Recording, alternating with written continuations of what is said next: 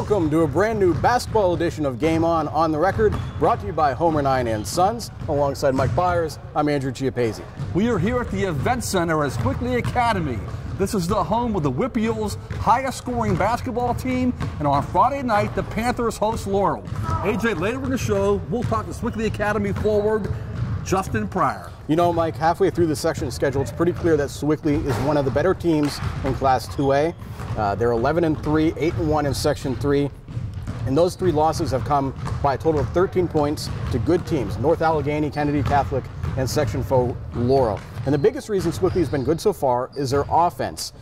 They lead, as you mentioned, the WPIAL in points per game, and they have balanced scoring with Nate Ridgway, the excellent sophomore, and seniors Chris Gretsch and Justin Pryror. When you have that kind of burden sharing on offense, you're going to be in very good shape and a very tough out no matter who you play. AJ, as you said, Sewickley Academy has three tough losses, one at North Allegheny, a 6A team, at a neutral site, Kennedy Catholic, the top class single A team in the state, and also at Laurel, that 85-83 game, a controversial game. Sewickley Academy thought there were a few bad calls late in the game, but nonetheless, they get their chance for revenge Friday night.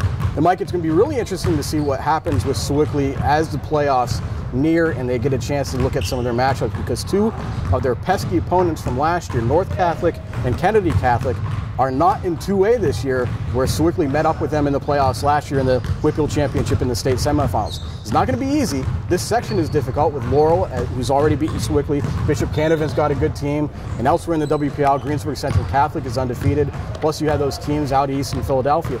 But you can see a path for Sewickley to at least contend for some titles and some playoff recognition. AJ, you're exactly right about that. As we talked about before, since Sewickley Academy lost last year in the Whip-Eels Championship game, their goal is to get back there again this year and win it, and again make a deep run in the state playoffs. But you know what? After the Laurel game, they have one more tough game, January 31st, against Bishop Canavan. They are tied for first place right now. The winner of that game will no doubt win the section. Well, joining us now to talk about Sewickley's game against Laurel on Friday and the Panthers season so far is senior guard Justin Pryror. Justin, welcome to the show. Thanks for having me. Justin, one of your three losses this year was the away loss at Laurel, 85-83. Pretty good basketball game, kind of ended in controversy a little bit. Yeah. Tough calls against you guys in regulation and in OT. What do you take from that game? Is there any payback or revenge in your mind? What are your thoughts about playing Laurel again? Yeah, I mean, we're all definitely excited for this game. You know, we all have that revenge mentality. You know, we know we shouldn't have lost that game, and we know we can play a lot better, and we're prepared to do that Friday. There's this belief sometimes that you can learn more in a loss and maybe in some of the wins that you guys have had, because you guys have been so good this year. So in your loss to Laurel and Kennedy Catholic and your other game this year, what have you learned that maybe might be able to help you guys as the season progresses and the playoffs get closer? I mean, there's always those tactical things, some switches on defense, help side that we missed. But I think the most important thing is how you feel after the loss, mentally and emotionally, how much you really hate losing those close games and how much you don't want that to happen again. So I think that's the most important thing we learned from these losses.